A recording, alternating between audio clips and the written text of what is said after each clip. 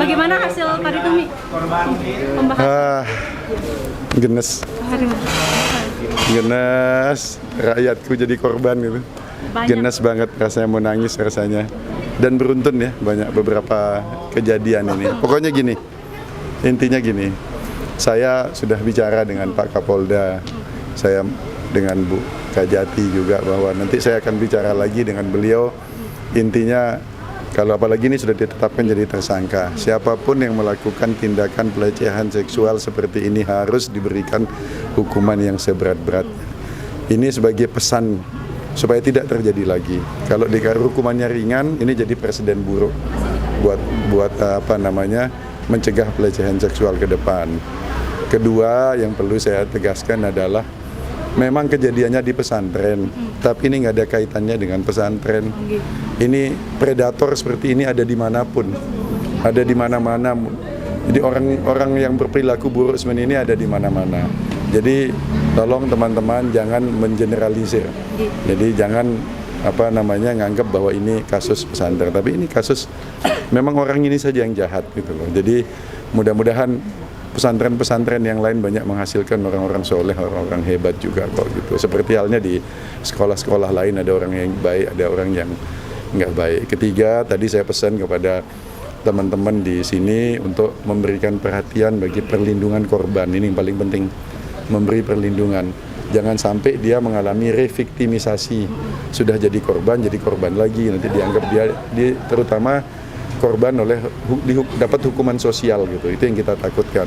Mereka ini sepenuhnya korban, jadi kita jaga identitasnya, termasuk teman-teman media jangan difoto ya, dan jangan disebarkan fotonya juga. Kita jaga privasinya mereka supaya mereka ini bisa melakukan integrasi sosialnya itu nanti mulus gitu loh mereka ini. Apalagi ada yang sudah punya suami segala gitu ya. Jadi saya sudah menyampaikan juga ke teman-teman di sini, apapun yang mereka butuhkan dalam rangka rehabilitasi dan reintegrasi sosial agar kita bantu supaya mereka proses trauma healingnya dan integrasi sosialnya juga berjalan dengan lancar. Makasih Mas Joko. Siap.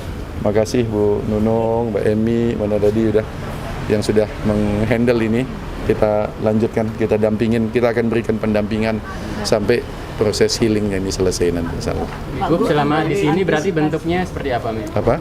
Selama di sini mereka bentuk perlindungan atau bentuk penanganannya seperti apa nanti? Satu, menjaga identitas mereka, kita berikan psikolog klinis yang profesional kita berikan untuk pendampingan mereka. Kadang-kadang orang yang mengalami situasi seperti ini merasa bahwa dia bisa menyembuhkan masalahnya sendiri, padahal dia butuh orang lain, butuh teman untuk proses trauma healingnya.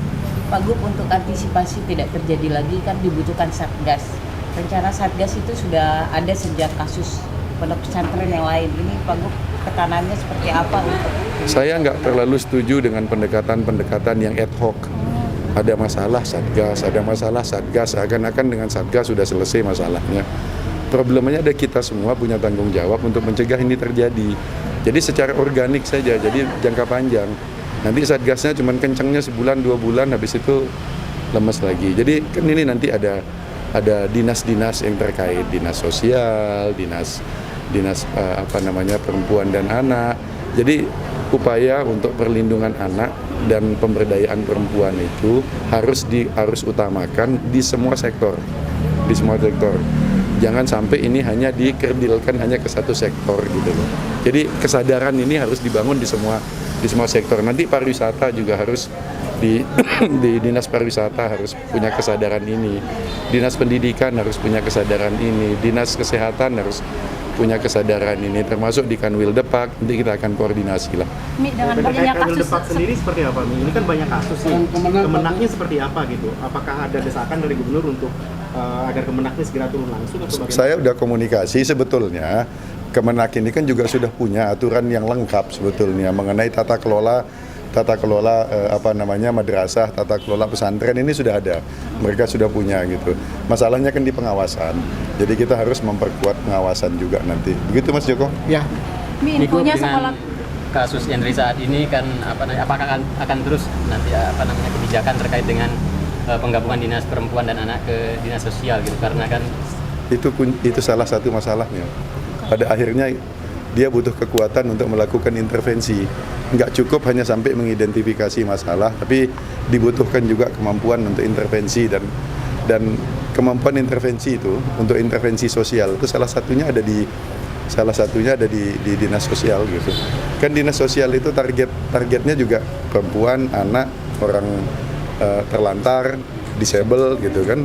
Itu jadi mereka punya target yang sama gitu loh. Target yang sama, tetapi kemampuannya kan berbeda. Kalau dia saling mengisi, insya Allah.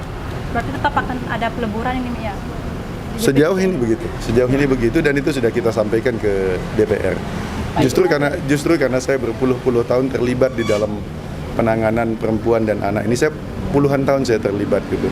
Dan saya paham betul bahwa untuk bisa memberikan perlindungan kepada anak dan perempuan itu dia harus punya kemampuan intervensi yang baik gitu. apa justru tidak mengecilkan persoalan nanti misalnya ketika itu seperti yang terjadi kemudian ditangani oleh sama sekali tidak. Pertama, nawaitunya memang tidak begitu. Nawaitu kita untuk memperkuat. Dulu kan digabungkannya kan antara perempuan dan anak dengan KB gitu loh. Ini kan dua-duanya tidak punya kemampuan intervensi gitu. Nah, sekarang hanya mengganti pasangannya. Jadi ini bukan tidak menghapuskan, ini hanya mengganti pasangannya. Yang tadinya pasangannya dengan KB, sekarang pasangannya adalah dengan sosial. Infonya pondok ini terhambat pembelajarannya karena adanya kasus ini.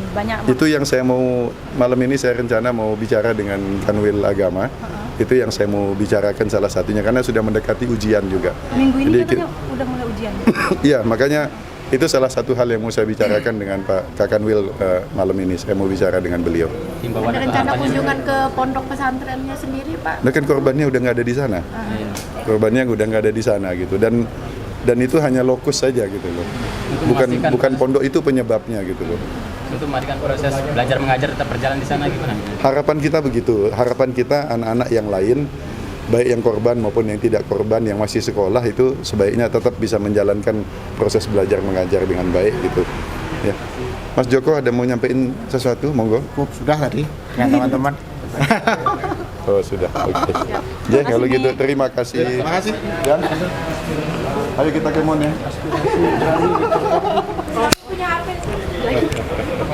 Ada aspirasi tangan dicopot, ya Kanwil Kemenak dicopot karena ini gagal pembinaan Pompes.